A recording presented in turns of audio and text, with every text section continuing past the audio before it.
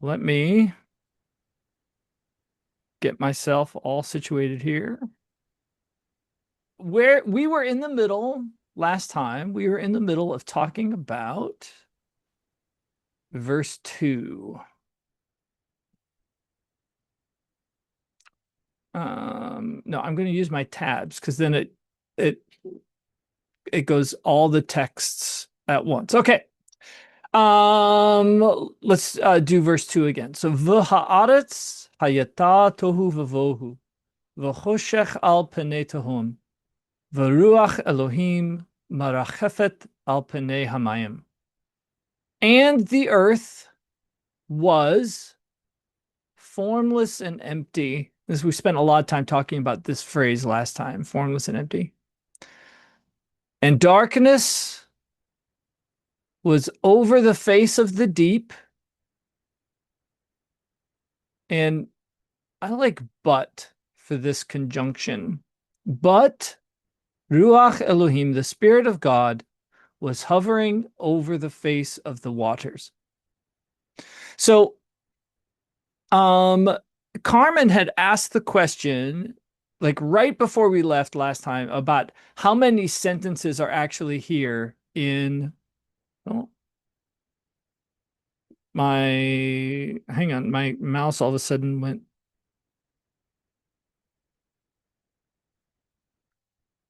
All right, my mouse went dead. Okay. Um, Carmen had right before we left, Carmen had asked the question of how many sentences are in this verse in Hebrew. So, this right, there's a little, we call this an atna. It looks like a little pointer like this that it's right above my red dot there. It's called an atna, and that is a primary division. That's the primary division within a verse. So in the Hebrew text, usually in a verse there are two sentences. So typically you have one sentence before the atna and then one sentence after the atna, which accords with we have a verb right here, hayata, that's a main verb. And we also have a verb here, which is a participle. And Hebrew participles are notoriously flexible. They can be non-finite verbs. In other words, a verb that's not the main verb of a sentence, but they also can be finite verbs. And in this case, I would take this participle as functioning as a finite verb. Um, and so I would say we have two sentences here. The debate would be whether this from v'choshech al penei tehom, whether this right here is a sentence in its on its own right, or whether it's borrowing this verb right here. And it could be either one, but I tend to think it's borrowing this verb. Which is this is a standard literary feature called ellipsis. So not ellipsis as in the three dots, right? That's also called an ellipsis. But if you were to look up right in a like online or on Google or whatever, like what is an ellipsis as a like a literary feature, it's where you have a clause. Um, it's where you have a clause that has a subject and an object that borrow a verb from a previous clause. And that's what I think is happening here. But it could be this v'choshech al penei tehom could be its own separate sentence that has the to be verb that is understood. That's what we would call a verbless clause. It could be. Um, but I don't think so in that case. I don't think so in this case. I think this is borrowing the hayata, the to be verb, right? That's here. Oh, and then there was another thing I was thinking about this week because we were talking about whether because this verb in Hebrew can mean like just to be as what we call a stative verb indicating a state of being. It can also mean to be, it can be active, meaning to become. And I think in this case, I would tend to, I thought about this quite a bit this week. I would tend to agree with the Greek translation here. The Greek translation uses the stative to be, which is that's how I would tend to take this too. So rather than the earth became formless and empty, the earth was formless and empty. Okay. Um, so any other questions? Any other questions about verse 2? I have more to talk about, but I want to make sure we get questions first.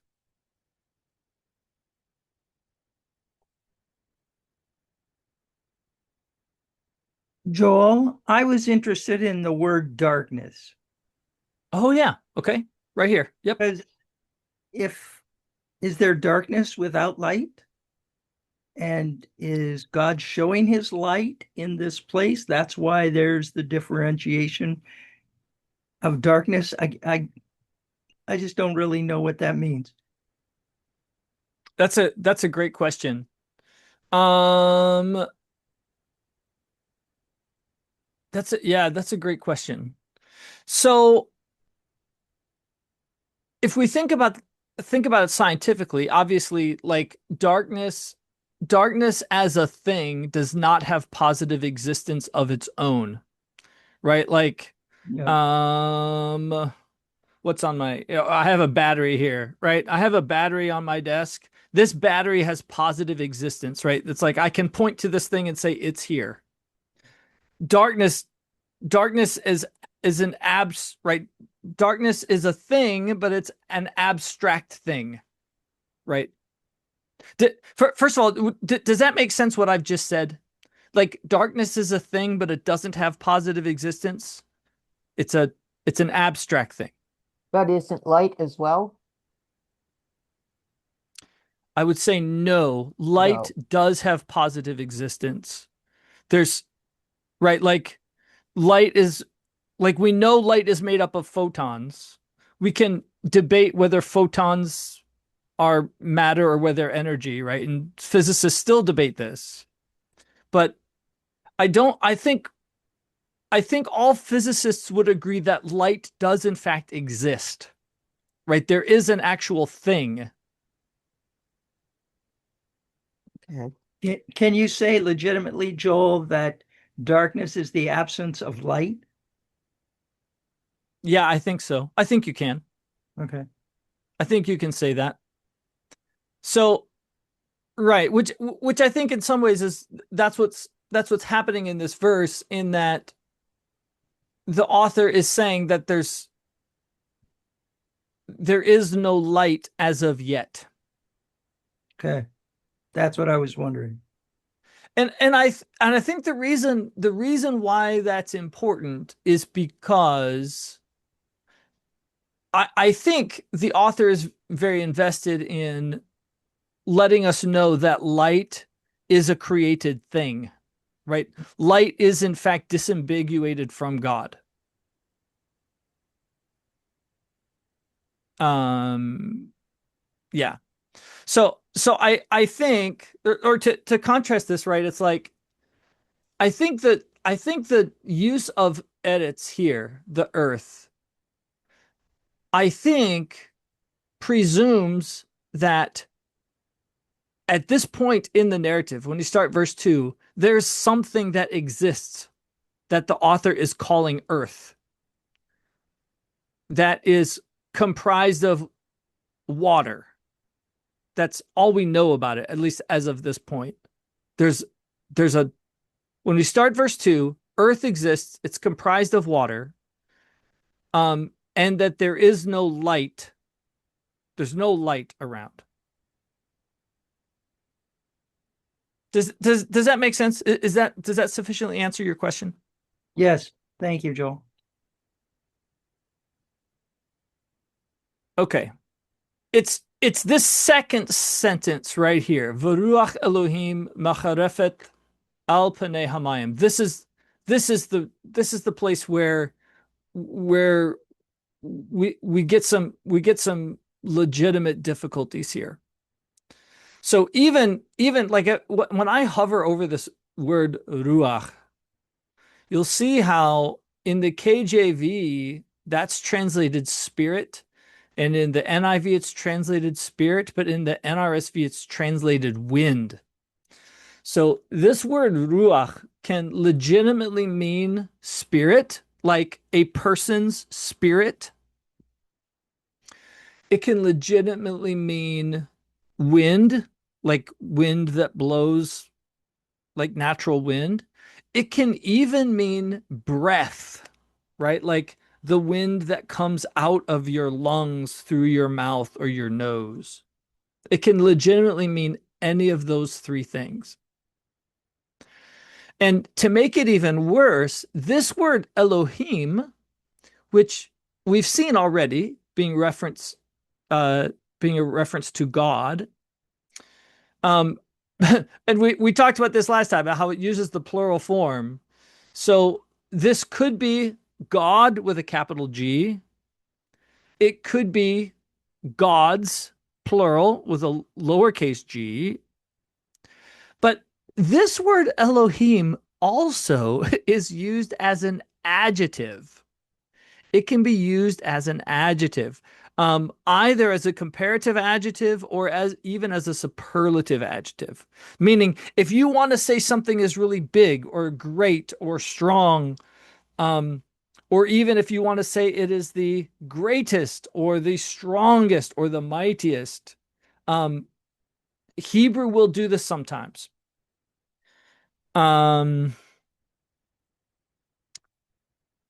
good example. I was just looking at this because we're doing Ruth and Jonah in one of my Hebrew classes right now. There's a phrase in Jonah where it calls Nineveh a great city to God.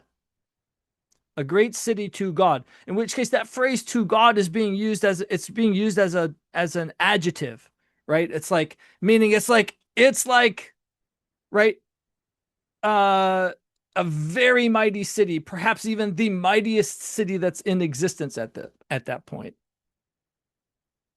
So what that means is, right, it's like this phrase ruach Elohim can legitimately mean it could be spirit of God, it could be spirit of gods, it could be a mighty spirit, it could mean wind of God. It could mean wind of gods. It could mean a mighty wind. It could even mean breath of God or breath of gods or a mighty breath, right? So let me turn this turn this to the group. And so let's just looking at ruach. Um, if we had to decide between whether ruach means spirit, wind, or breath, what would seem to be like rate those options. Which options seem most likely versus which seems least likely? Let's talk about that for a moment.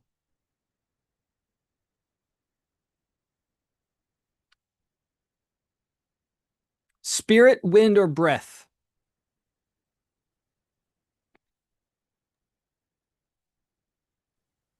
And I think it matters about what the moved or hovered or swept verb is to me.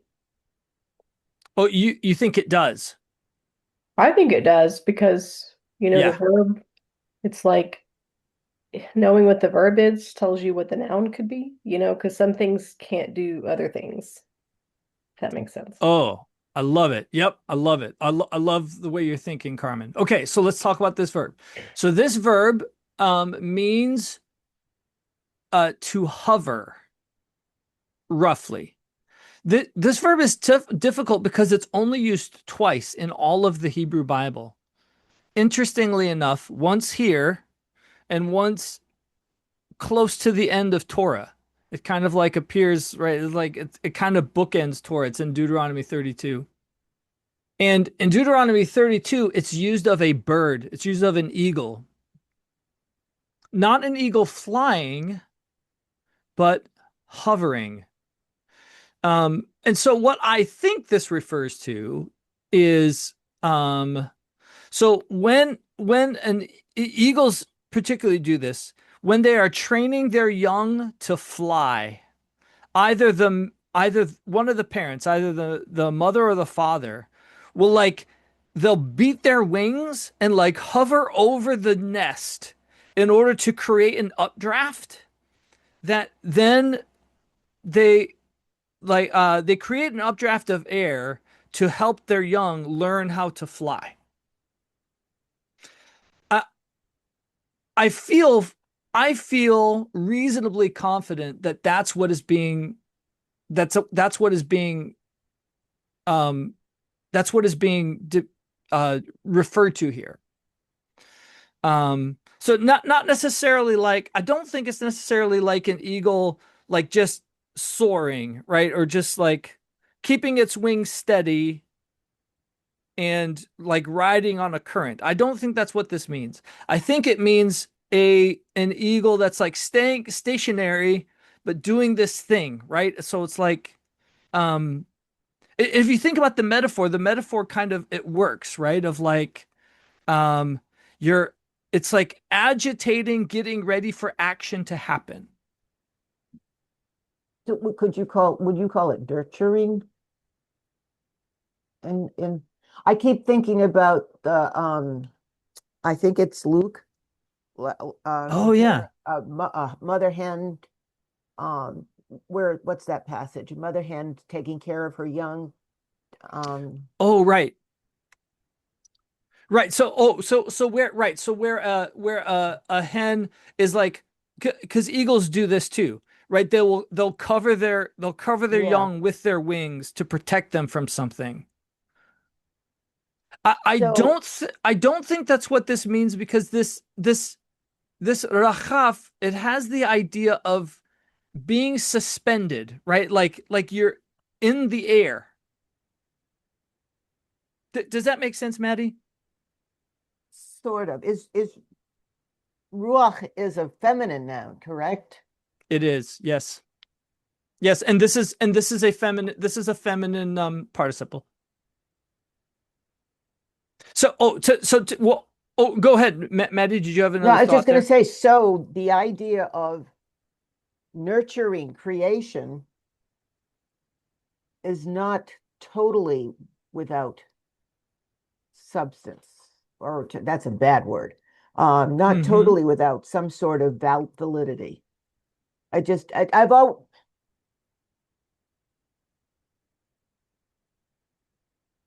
still thinking. Yeah, oh yeah. Okay. No, I think that's a valuable insight, Maddie. Um I think that I think that this is kind of going back to Carmen's question. I think the use of this verb indicates that whatever it is that's being referred to as the Ruach Elohim is actively doing something, right? Like, I think this verb indicates that there's agency. And I think this goes to your point too, Maddie, right? Of like that there's this, whatever it is, whatever the thing or person or whatever is that we call Ruach Elohim, it's interacting with this watery earth in some way. It's doing something to it. Hmm. So let's go back then, right? So like knowing that, let's evaluate our spirit, wind, breath options.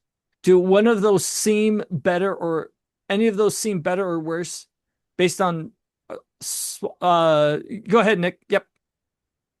Yeah, after hearing that, it seems like it has agency, and since it's doing something, I would go towards more of like the person of the Spirit. Also makes me think of at Jesus's baptism, where the Spirit descends as a Yes. dove. So you have another maybe more bird comparisons. Right. That's just kind of thought. Yes, yes. No, that's certainly true. If we go, if we go forward in the Bible, there's lots I of know that's like cheating. there's I know that's yeah. cheating. It's true. No, but there's lots of that the Spirit of God has talked to you using avian imagery. Yeah, go ahead, Diane. Yeah, I have to say spirit for me because it just in my I guess it goes back to my upbringing in my church. Yeah, We've always seen the words Spirit of God and use the words Spirit yes, of God. So to me that sounds more normal than a wind from God swept. yes, So yes, I would yes, I go with like the interpretation of the first one or the second one instead of that third one as far as using the word swept.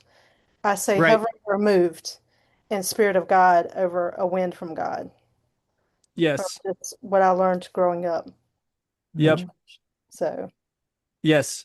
And I agree with all of that. Like particularly on the basis of the use of this verb, it certainly seems to me that this notion of a spirit, right? Like some sort of agency, a personal agent is doing something as opposed to some impersonal wind or even a less than personal breath, right? Like yeah, I have issues with breath using this too because we don't really have any body for God at this point. But go ahead, Melina.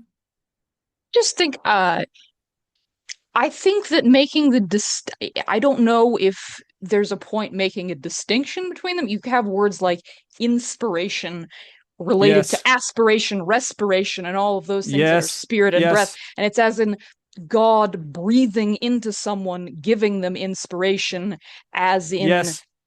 the inspired word of God and that sort of thing. And so to me making the distinction, God breathing into you is giving creation, is giving, you know, all of so Yes. it seems like it's all the things. So right. So what I hear you saying, Melina, and I think this is valuable. What I hear you saying, Melina, is that regardless of which word you select to translate, right, whether you select spirit, wind, or breath, the the underlying concept in the physical world is the same thing. It's right. It's like it's some sort of air and it's doing right some kind of movement, which I think is right. It's like that's valuable. It's valuable that right for me as a semanticist that right, like when like there are reasons why words mean certain things, right? And why different definitions of a word are related to each other because they're fundamentally grounded in our physical experience, right? So yeah, go ahead, Maddie. So, from a translation point of view, um,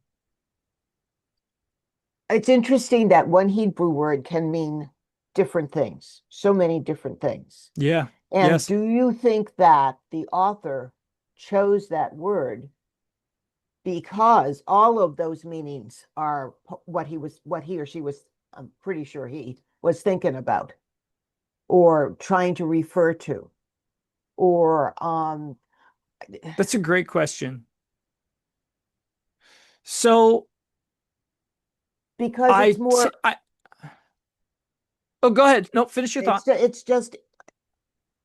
it's broader, it's more complex if you think about all of those: spirit, wind, and breath.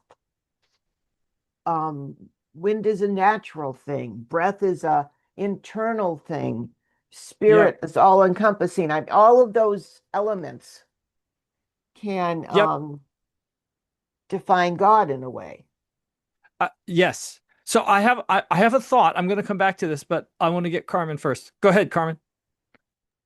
I was just gonna say this really, I just kind of had this revelation with all of this about the difference between looking at it as a translator and having to wrestle through with that question because I agree with I don't know your full name, or this is the Windmill of the Stars. What you said was Oh, exactly right. It's like, I mean, it's both and all of it, and because it's a different language, and The struggle is we're trying to translate it into English. And so it's like the argument is, well, because we're limited to one English word or maybe even a phrase to try to get across an idea in another language, then we argue about it. Or there's different translations or whatever it is.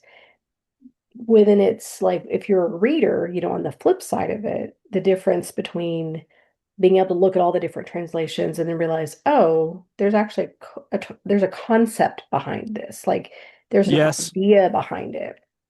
And that idea is not easily expressed in English. And so we have to go to look at different translations because it was obviously a struggle to turn that into one English word. So, yes. So there's a yes, there in these last few comments, there's actually a lot here. So I'm gonna make two comments. So first of all, like I think it does make a difference in that if the author uses ruach to mean spirit, like that it is indicating that the deity they are calling Elohim has a spirit, and that's what they're referring to. That's a vastly different thing than if the author is using ruach to just indicate wind. Like those are two vastly different. Those are two vastly different like propositions that the author is saying exist. The other thing I would say, so all I'm saying is like just because you have a word that has multiple meanings does not necessarily of itself mean that an author in using that word intends to do all of right to bring up all of them, not necessarily, right? Tends to activate all of them at once, not necessarily. And Yeah. it's a little bit of a forced example, but we could use the same thing with trunk, right? Like if I'm talking about going on safari and I see an elephant and I talk about the elephant's trunk, like I'm not in any way accessing the meaning of trunk as a very large suitcase, right? It's simply an accident of our English language that we have two what we call homographs, right? Two different words that look exactly the same and sound exactly the same. So, and I should say, like, this is why, right? Like, semanticists, right? This is why semantics is such an interesting and such a complicated and quite debated field, right? Like these things are it's very hard to figure these things out. We're very reliant on context. Okay, Carmen and then Melina. Yeah, I was just going to say that the struggle for me is, do we know? Because English is a language that, I mean, from my own experience, like you just said, there's lots of words that, are homophones, whatever, like, Right. or we even have, there's just a wide range of meanings, and you don't have to mean all of them all at once. Right. That Yep. doesn't mean that this ancient Hebrew language and that this ancient Hebrew word was like that. It's like Right. that for us Right. in English, but Exactly. that doesn't mean it's like that for them. So they really could, like for them, spirit, breath, wind, like they may not have three separate concepts for that one word or idea. Ooh, Like it's yes. all the same idea to them, and it's not Yes. to us. Oh, this is great. So that's a very insightful point, Carmen. I just want to check in with everyone. Did everyone follow that? Right? Like it could be that we are the ones that have different concepts, right? Spirit, wind, breath. That doesn't necessarily mean like an ancient Hebrew person who's using this word, maybe those three things aren't different concepts to them. Maybe they are, for them, would they think about a spirit and wind and breath? Maybe that's all the same thing. Yeah. Okay. Go ahead, Melina. But yeah, I was basically going to say that I think this reminds me of a couple of months ago, I was trying to read a book. I don't know, what was it called? Verlin Flieger's book about Tolkien things, but basically it had this concept. Oh, What was it called? was it Splintered Light? That's the Splintered Light. only That's the one. Yeah, That's the yeah, one. Yes. yeah. And it was talking kind of about this idea that words began and they had more specific over time, but Yes. they began as one concept, and then they Yes. kind of took on like the poetic dimension of it as what, like, because you're thinking of Yes. it in a physical way to describe a spiritual thing. And so I was thinking of Yes. this because it's very ancient, and so it's the sort of original source that sort of split into different meanings was Yes. that idea. Yes. I myself have been reading Splintered Light recently, and she references this book by Owen Barfield called Poetic Diction, which gets into this idea that if you go back far enough in time, that these if you go back far enough in time in language, these meanings of words like are I'm probably going to slaughter because I haven't read this book yet. But like these words have mythological meanings baked into them, what we would call mythological meanings. Um, yeah, but it's very fascinating, right? And I was going to say, so Carmen, I think you are right in that I would agree with you that this word, well, you weren't saying this directly, but that this word ruach is in fact different than our modern word trunk, right? Our modern word trunk has different meanings in various different contexts. And again, it's kind of an accident, like we have the same word in all these different contexts that mean different things. Whereas it sure looks like, to me at least, it sure looks like ruach, right? These meanings of spirit, wind, or breath are in fact related to one another, right? Like much more in a much more organic and intrinsic way than to say that the trunk of an elephant is somehow semantically related to a very large suitcase.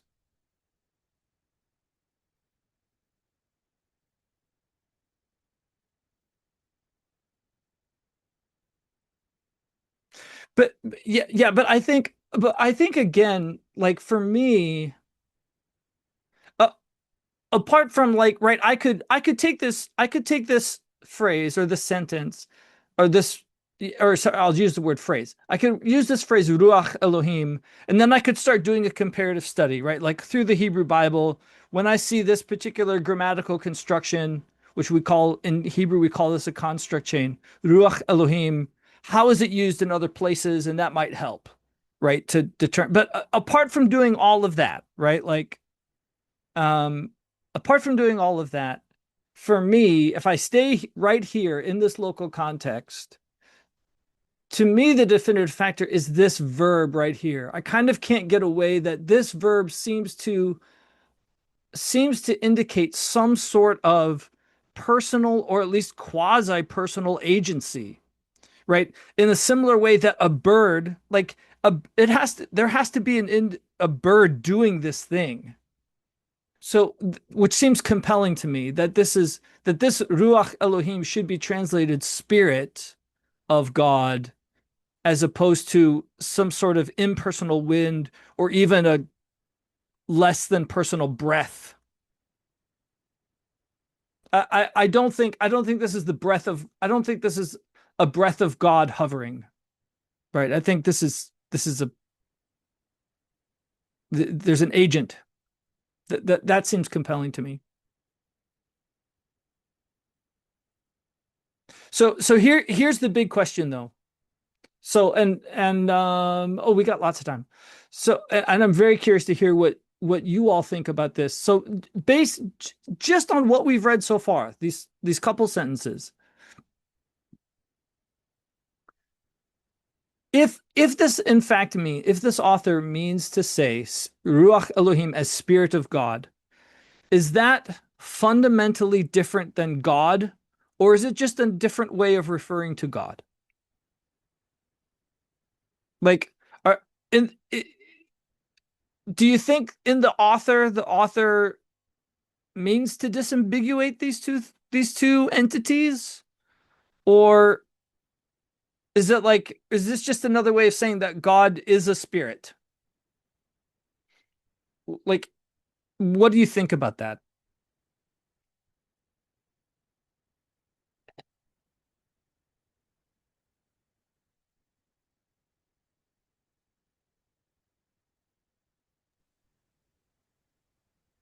So many thoughts. Well, let me back up. Is that question sufficiently clear? What I'm asking, or is it not? Okay. Um, I keep thinking through this whole Ruach Elohim Yeah. phrase. Yeah. It also makes me think of John 1 with Yes. the word was God. It says Jesus was the word, and the word was with God, and the word was God. So Right. isn't that the Yes. same kind of thing? The Spirit was with God, or God was with the Spirit, but the Spirit is God as well. So it's yes, the answer is yes, both. Oh, this is great, Maddie. I don't want to interrupt you. Are you finished with your thought? Yeah, uh-huh. Okay, so let me repeat back to you what I hear you saying and tell me if it's right. What I hear you saying is that it sounds almost like the author here is in fact disambiguating God from Spirit of God, but saying that these are not different beings, but that so differentiated between these two, but equating them at the same time. Yeah. Is that a fair? Yeah, that's why I said the answer is yes. Okay. You Right. know, Yeah. Yeah. um, and yeah, wow, really interesting thought. Good. What else? Any other thoughts about this? I think this is just supposed to make us think about the question, but not answer the question in a way, because I don't know that you can answer the question with just if you're not thinking about the rest of the Bible. Right. If you're Yep. just going to think about Genesis 1, I mean, because I'm thinking, I don't remember because there's not another reference of spirit, right? Besides, there's not, as we keep on going in creation, I don't think it's spirit again. Is that correct? No, I don't think I'm fairly certain we don't get the word ruach again until chapter 2. Right, until you've got the wind and the And eagle. maybe chapter 3. I don't remember if ruach. I have to go back. I don't remember offhand whether it's used in Right, chapter 2. I know it appears in chapter 3. Ruach appears in chapter 3 right. for sure.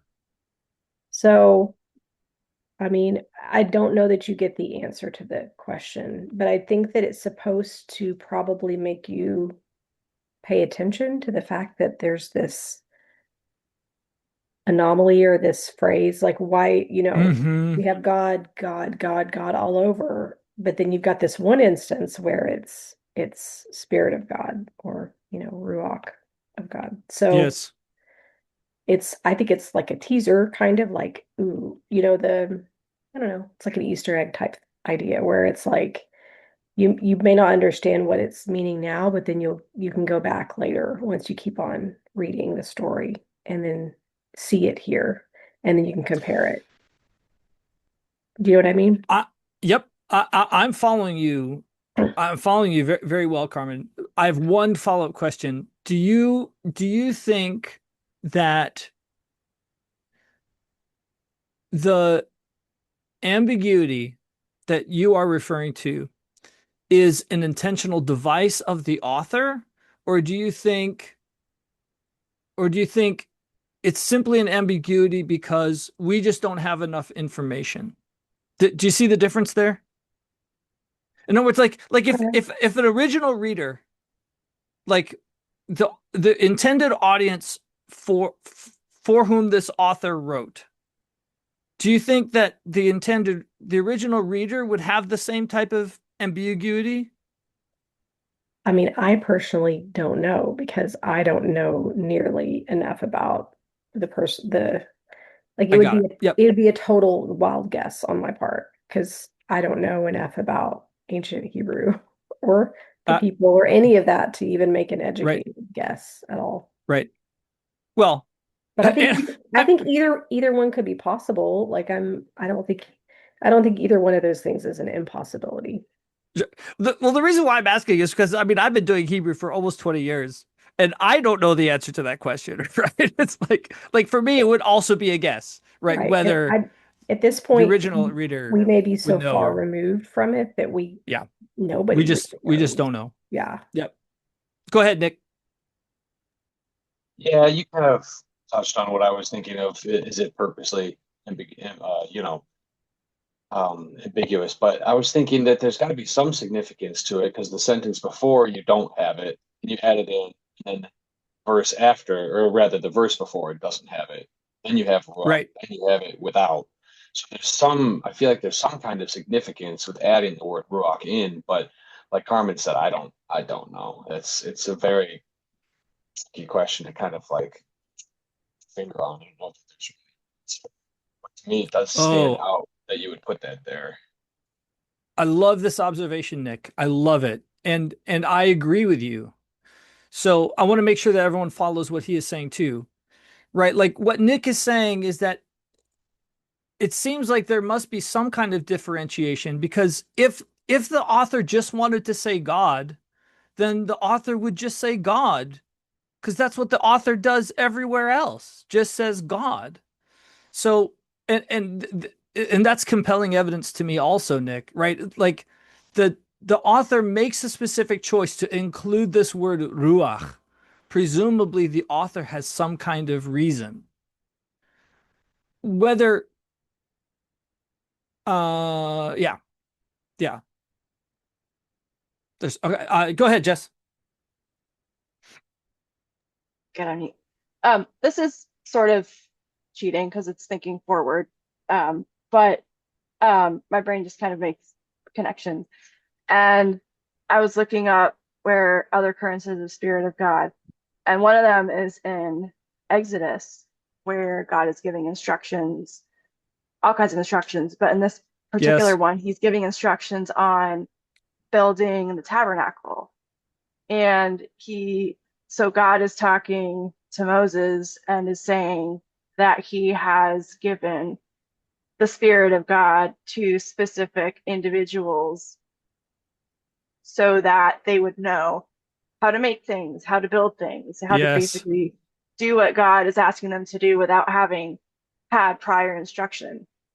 So I just thought that was interesting, the connection with the Spirit of God with creation and the creative process in the Yes. Exodus story. Excellent. Excellent, Jess. Excellent. Yes, and if you want to go down a very deep and rewarding rabbit hole, you can investigate in the Hebrew Bible the relationship between this concept of spirit and the concept of wisdom. It's really really fascinating, um, and specifically how those two concepts relate to this idea, like this, just the kind of fundamental act of creating. That's that's a very deep, and it's a great rabbit hole to go down. Go ahead, Diane. Yeah, it made me think of something else as well. I kind of went down that little rabbit hole there for a minute about the Holy Trinity, Father, Son, and Holy Yes. Spirit. Holy Spirit is supposed to be the living presence of God that guides, comforts, and empowers believers. Yes. So I'm wondering if the author was interpreting it that way as well, as far as using spirit and talking about those three, and as far as the Yep. Holy Spirit. So I um that's a really fascinating theological thing that we could spend a lot of time talking about. I'm not gonna do all of that here. However, what I would say is that, well, first of all, if you read Christian interpreters and Christian commentators throughout centuries have tended to view this phrase Ruach Elohim as the Holy Spirit, right? Like that's a it, but but what we'd have to say is that just historically, because this text was written before the incarnation, right? Before Jesus was around. And the reason why we have a Trinitarian conception of God is, at least if you take Christian documents at their word, the reason why we have a Trinitarian conception of God is because that's what Jesus told us. Then what we'd have to conclude is that right, to read Ruach Elohim as a reference to Holy Spirit is taking Christian theology and reading it into that text, right? Like, we don't have really sufficient evidence to conclude that the author, by saying Ruach Elohim, means Holy Spirit. But the author could mean Spirit of God, like the divine spirit or a divine spirit. And that, I think, is quite important. There's a reason why I'm spending so much time on this, because once we get to the notion of Jesus, or not Jesus, God using plural pronouns, this is going to come up again, right? Because that's something it's going to happen multiple times in the primeval history where God uses plural pronouns. Well, what does God mean? And that's difficult. That's difficult and thorny. Yeah, it gets, yeah. I'm not gonna borrow trouble from, verse 26 when we're on verse 2. But that's why that's the reason why I kind of spent so much time on this, is because this is going to come back in talking about this portion of the Bible. This is going to come back, right? This notion of how much weight do we put on this? Okay. Great. Any other this was great. This was a fantastic discussion, everyone. But I don't want to cut anyone off. Any other comments or questions? Any other thoughts?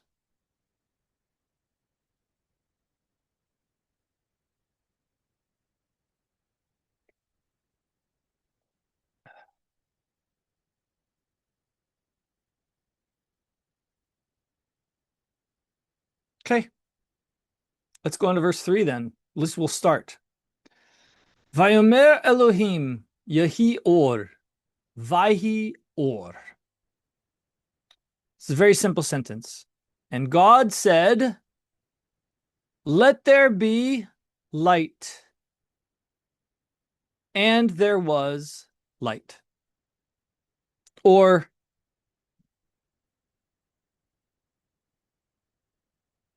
and light became, because this is active, right? This is an active use of the verb to be, of haya in Hebrew, right? There's something happening here. It's not like, right? It didn't exist before. Now it exists. It's not just indicating a state of being. This verb is not just simply indicating a state of being. Okay, so can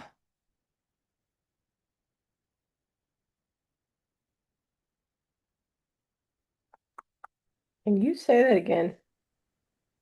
And yeah, why is everyone across the board translating it, "there was light," if it should be a more active instead of? oh, I think because I think the reason why I think the English translation question is easy, in that the reason why is because that's how we say it in English, right? Like, to say "there became light," that's like, we don't talk that way.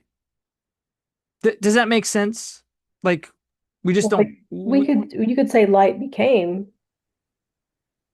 I mean, Yeah, kind of, you could, but again, like, that's usually not how we talk.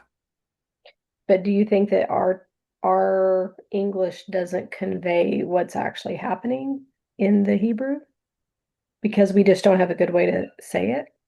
Or I'm just always fascinated when I hear somebody say, "Well, it really means X," and it's different than what we hear in English, and I wonder, like, why? Oh, Why is that? I understand what you're saying. It was not my Let me backtrack. It was not my intention, not intention at all, to suggest that this English translation is somehow wrong or weak or incorrect. That's not what I was trying to say at all. What I was trying to say is that because like if I say there was light, like in this specific context, and God said, let there be light, and there was light, I also would understand the English verb was in this context as indicating an action and not a mere state. In other words, I would ascribe the same property to this English word was that I ascribe to this Hebrew verb hayah. I think that our English use of the verb to be is similar in that it stretches enough to include both stative meaning and active meaning. Okay, thank you.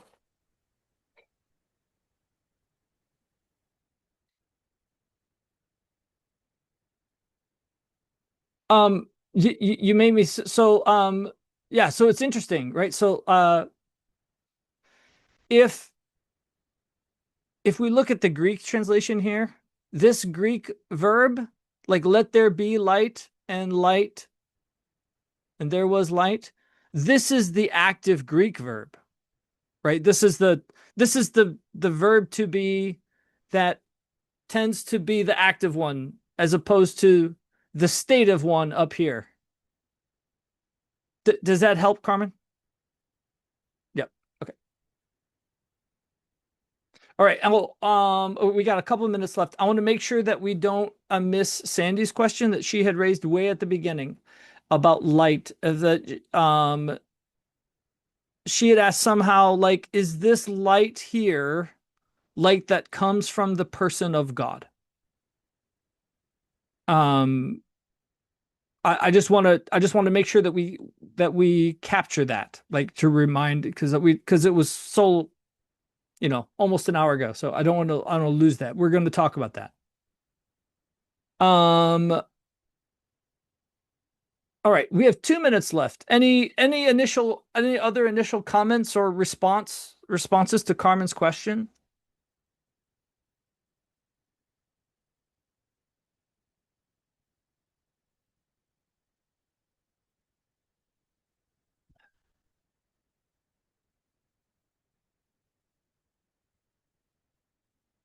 Then let me prime the pump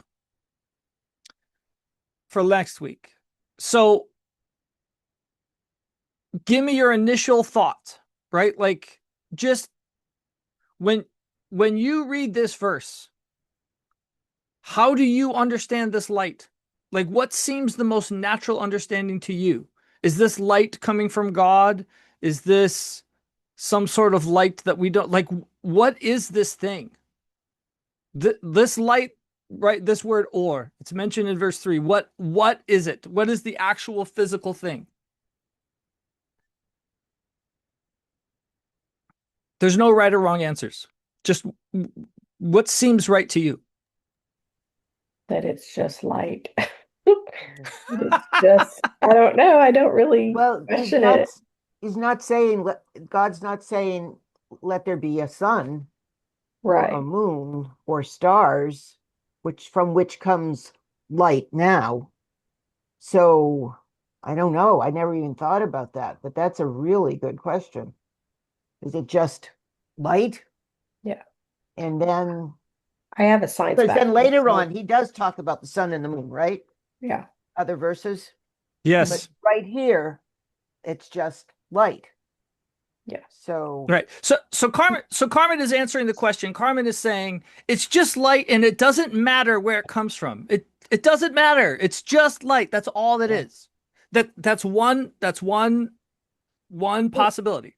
Well, if Go the ahead. light is also, sorry, kind No, of go. like formless and void, it hasn't been put into its proper form yet that it will acquire later with the sun and the moon and all things, but he's adding light to the heavens and the earth that exist so far. Light has become a concept in it that he's still going to do some forming on to put it in its place, to form the earth and the heaven and the light and night and day and all of that sort of thing. So it's also sort of formless and void at this point, perhaps. Awesome. Okay, so this is now a second option. A second option is that this is a kind of light, like whatever this light is on day one, it's something other than what we experience now, right? It's like some other kind of light entirely, right? Like it belongs in it belongs in day one. It's right. Like we don't have any kind of corollary to our present experience because our world is different now than it was in day one. Awesome. Go ahead. Sandy, were you about to say something? Yes, I just wanted to know, is the light here where he's showing his light of his essence, or is he bringing into being a different kind of light? Awesome. Okay. So this is another, these are options 3 and 4. Okay. 3 and 4. So another option is that this is light that comes, it's physical light, but it's light that is sourced in God. So it's like divine light, right? It's just light that comes from God. That's option 3. Option 4 is that, no, this isn't just divine light. This is actually like there is a term in circles like uncreated light. It's like light that comes from who God is, like that's not created. And this is actually uncreated light. That's also an option. Okay. It is 6:57. I'm so glad that we took 2 extra minutes to do this. So I want to encourage you, think about this, right? Like, because we're gonna tackle this head on, like talk about this next time.